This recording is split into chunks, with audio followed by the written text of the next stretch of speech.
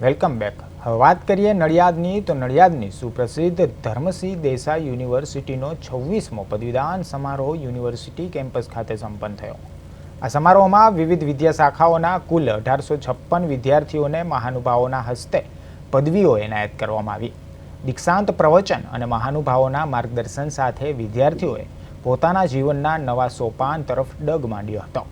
યુનિવર્સિટીના registrar mister Bhavsar દ્વારા જાહેર કરાયેલા આંકડા મુજબ આ વર્ષે સંશોધન અને શૈક્ષણિક ક્ષેત્રે વિદ્યાર્થીઓએ નોંધપાત્ર પ્રસિદ્ધિ મેળવી છે, જેમાં સંશોધન ક્ષેત્રે 16 PhD વિદ્યાર્થીઓનો સમાવેશ થાય છે. આ ઉપરાંત 222 અનુસ્નાતક, 1569 સ્નાતક અને 50 ડિપ્લોમાના વિદ્યાર્થીઓને પદવીદાન કરવામાં આવ્યું હતું. આજે ધરમસિંહ દેસાઈ યુનિવર્સિટીનો 26મો પદવીદાન સમારોહ યોજાયો.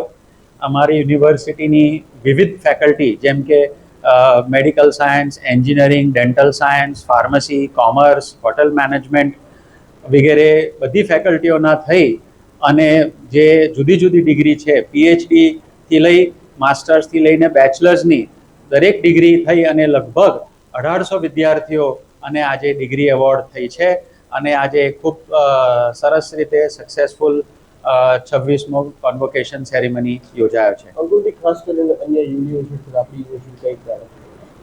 આપણી યુનિવર્સિટી અને બીજી અન્ય યુનિવર્સિટીમાં ખાસ મોટો ફરક એ છે કે પહેલું તો આપણી યુનિવર્સિટી વર્ષનો બધી યુનિવર્સિટી કરતાં સૌથી પહેલો પદવીદાન સમારોહ યોજે છે મે મહિનામાં.